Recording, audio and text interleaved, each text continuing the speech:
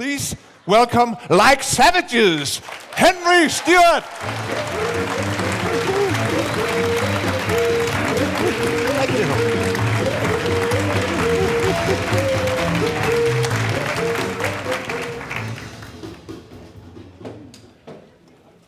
Oh, yeah, hang on. It works, but too quickly. Okay. Thank you very much for that. As Mikhail very kindly introduced me, I run a company called Happy. And what we do is we help organizations create happy workplaces. Yeah? Hands up if you do the woo if you work for a happy workplace. Woo! Excellent. Okay. So I'm going to just go through three tips for creating a happy workplace. Would you like that? Yeah? Okay, let me give you a scenario. Let's say somebody comes to you and says, I love my job. I love the people I work with. I'm even happy with what I'm paid, but I can't stand my manager. Mm-hmm. Has anybody been in that situation? Yeah? What normally happens? They leave, yes? That's the normal outcome. The person ends up leaving, whatever you do. Happy, we can solve it in a couple of minutes. We simply say, who would you like instead to be your manager? So tip number one is a very simple one. Let people choose their manager. Make sense? Okay, this is going to be an interactive session, so I now want you to talk to your neighbour for 1 minute on that topic. If you could choose, who would you choose as your manager? 1 minute.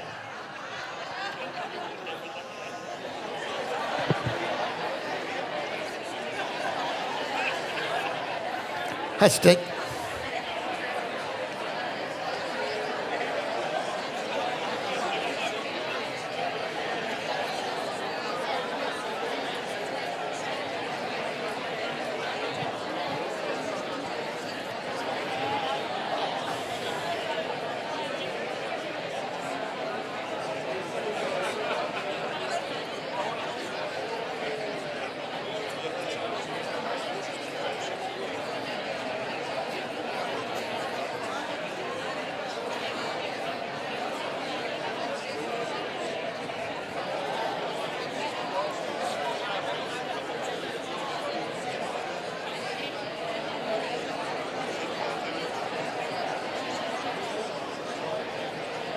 Okay.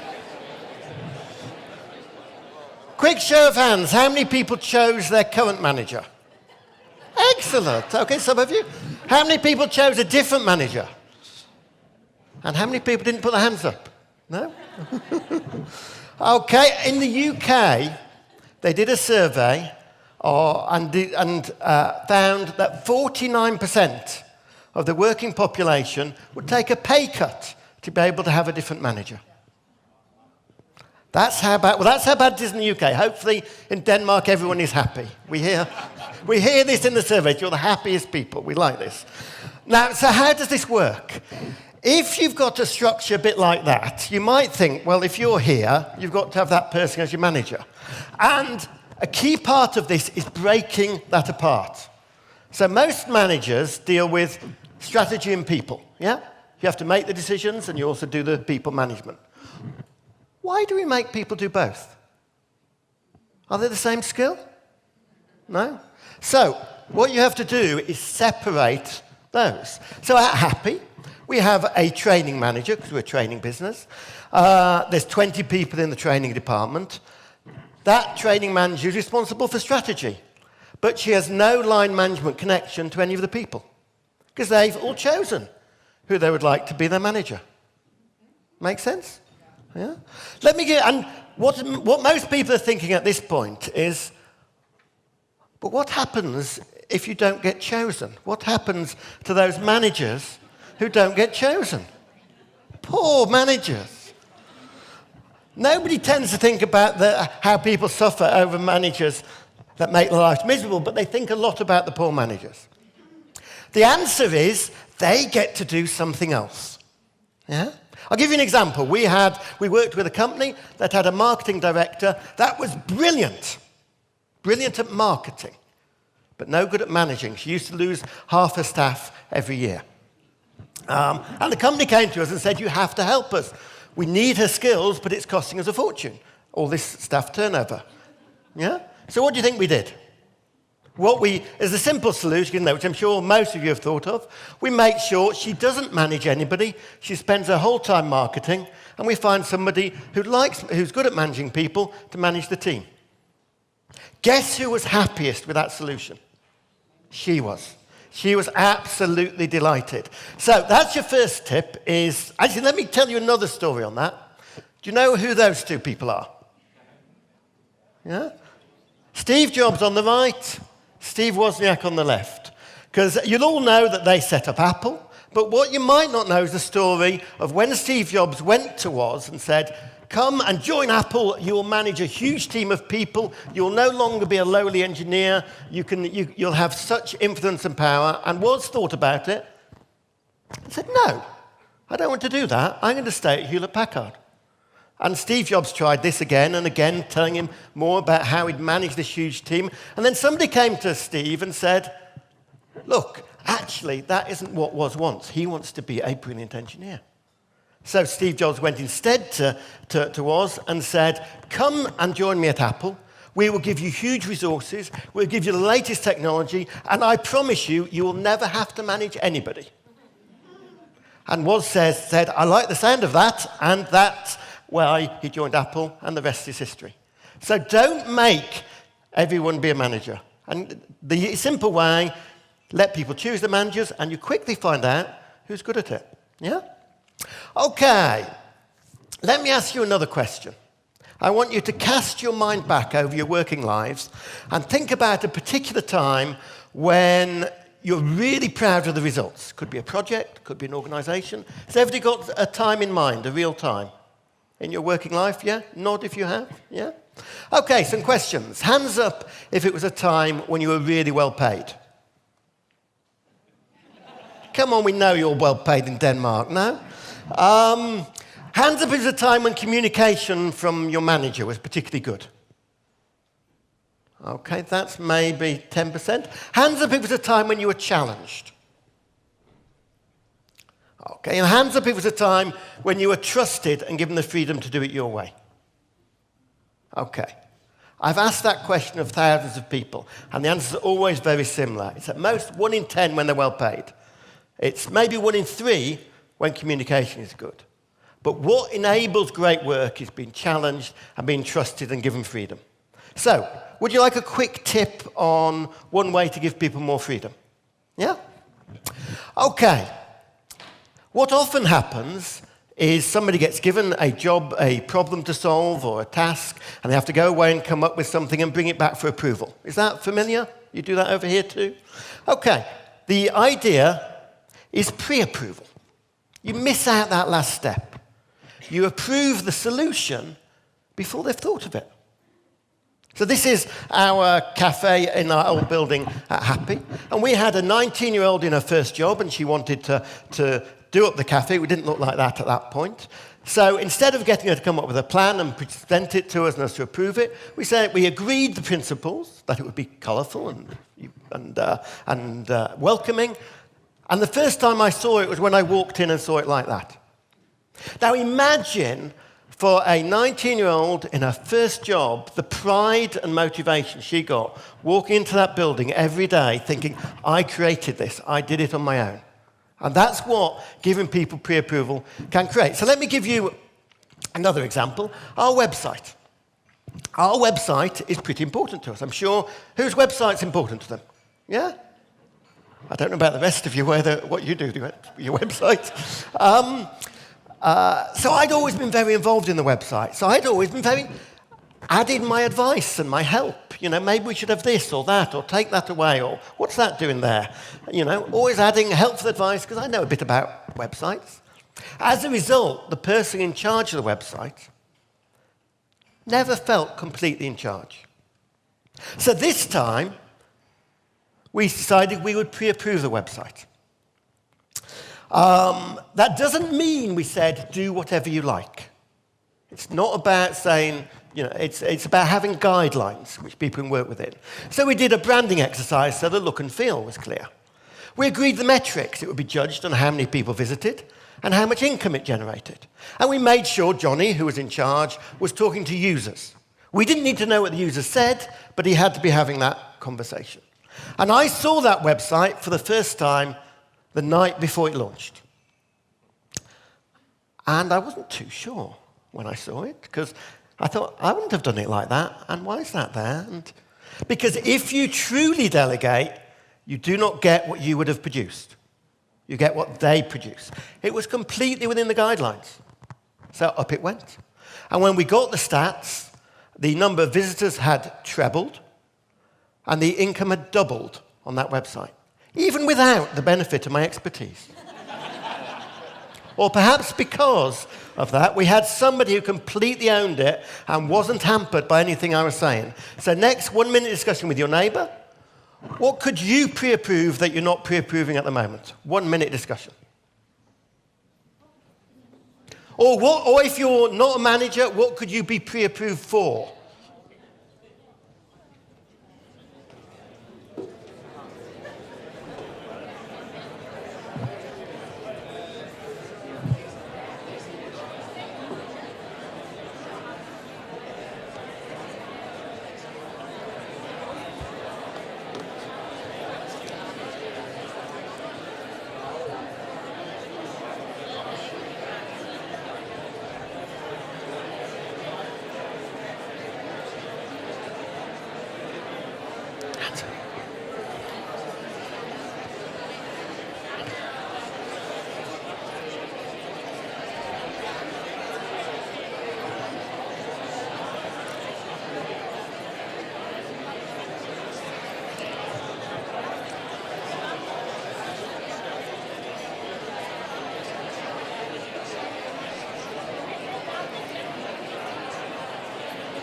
Okay.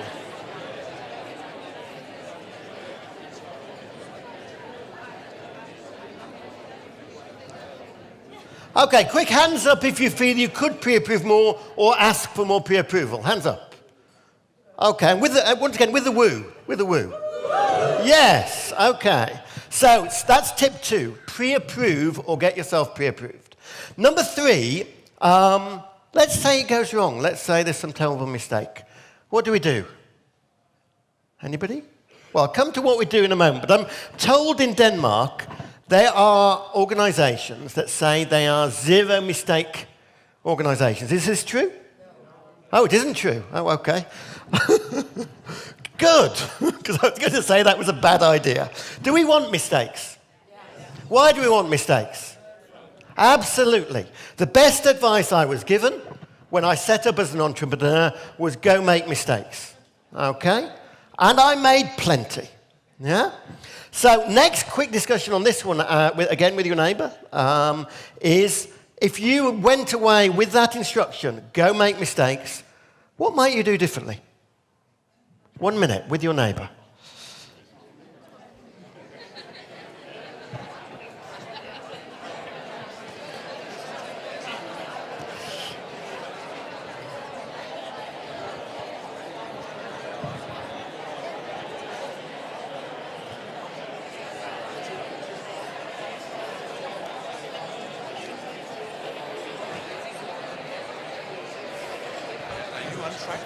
I'm on track. Yeah. I'll ask you a couple of questions afterwards. Oh, how could I not be with that big number?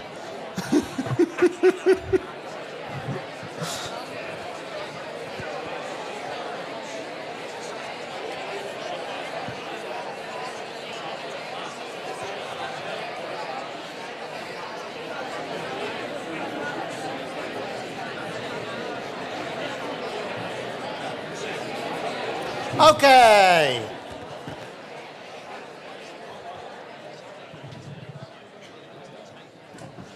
Okay, the third tip is simple. It's celebrate mistakes.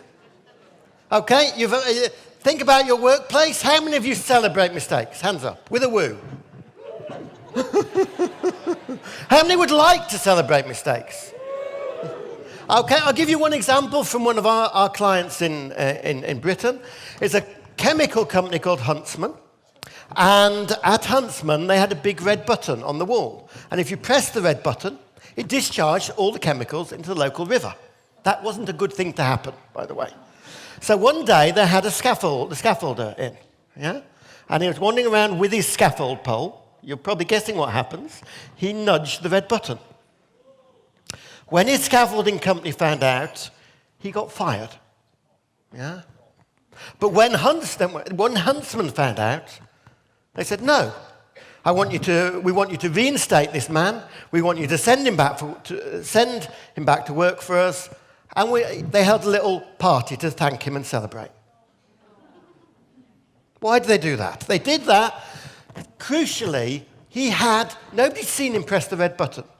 But he hadn't run away and said it's nothing to do with me. He'd gone in the control room and said, I've pressed this button, some light's flashing, I don't know what's going on. It meant they could solve it within 30 minutes instead of 24 hours. There was minimum environmental damage and no fine. Because the problem is very rarely the mistake. The problem is the cover-up of a mistake. Yeah? What you need is a no-blame culture where people feel free. Why do you think they held the party? They held the party because it spread the word like wildfire around the company that this is a no-blame culture. Yeah? And if you make a mistake and own up to it, all will be fine. So, those are my 3 key tips. I've got lots more. Oh, this is a company in Britain. This is the Church of Fail. Every month they get together, they've even got an altar. They get together and each of them stands up and says one great mistake they've made. Yeah? And it's never a problem if you've made a mistake. If you come to several of these and you've made no mistakes, that could be a problem. Yeah? So, 3 ideas there. Choose your own manager. Who thinks they could do that? Pre-approve. Who thinks they could do that? Woo! Celebrate mistakes. Who think they could do that? Okay, we'll have to work on the manager thing, won't we? Somehow. Okay.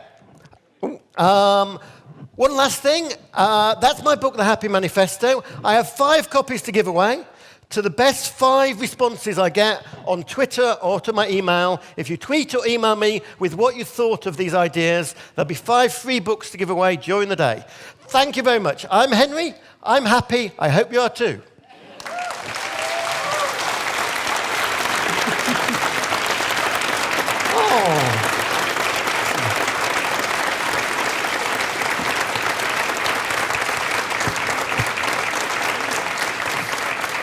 All right, Henry, just a couple of questions. And first of all, a remark. Go for that book. Send Henry a tweet because it's a fantastic book. It covers what Henry told about and a lot more. It's well written and, above all, it's short. It is. Yeah, very you short. know your points, yes. Which is incredible. You told us about the church of failure, yes. About how important mistakes are. So you have created Happy. Yeah. You have turned your company into a huge success, actually. And as you just told us, success is built on mistakes. Mm-hmm. So tell us about the major mistakes you made on your way to creating a happy company.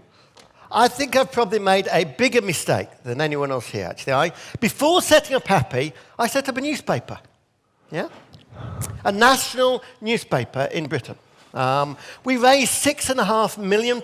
That's 65 million kroner. Yeah? That was 25 years ago. And we lost it all in 6 weeks. 6 weeks. Because we created a truly awful place to work in. Yeah? We recruited some great people and treated them really badly. Yeah?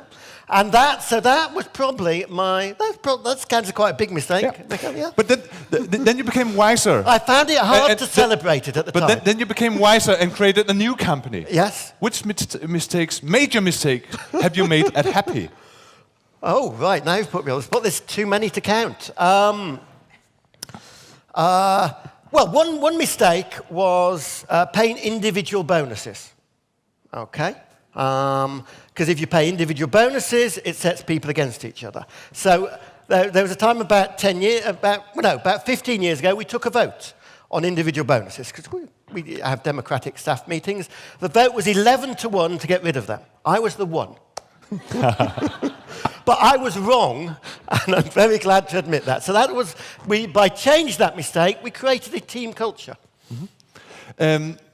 I want you to answer one question that might be very interesting for the majority in the audience.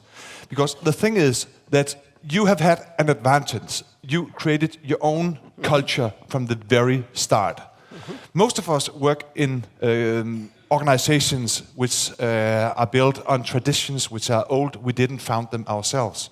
So there's a DNA in that culture, which is not pre-approval, which is not choose your own leader. You have to reverse and redirect everything in such a company. If you were in such a company, where would you start? Okay, if you're just an employee or if you're a low manager, which one? You could choose the perspective as an employer, as an employee, because most here are employees or mid-range leaders. Okay. Well, where I'd start is by seeking things like pre-approval. You know, I have one colleague in a big 80,000-person company. He's a new graduate, just started in the company. And he went to his boss and gave him what he called my happy plan, my plan to make my job happy. And his boss said to him, "What? Are you mad? I'm not interested in happiness, I'm interested in this, this, and this." So the guy said, "Okay, if I can deliver you this, this, and this, can I do it this way?" And the boss said, "Yeah, well, yeah, that's what I want. I want this, this, and this."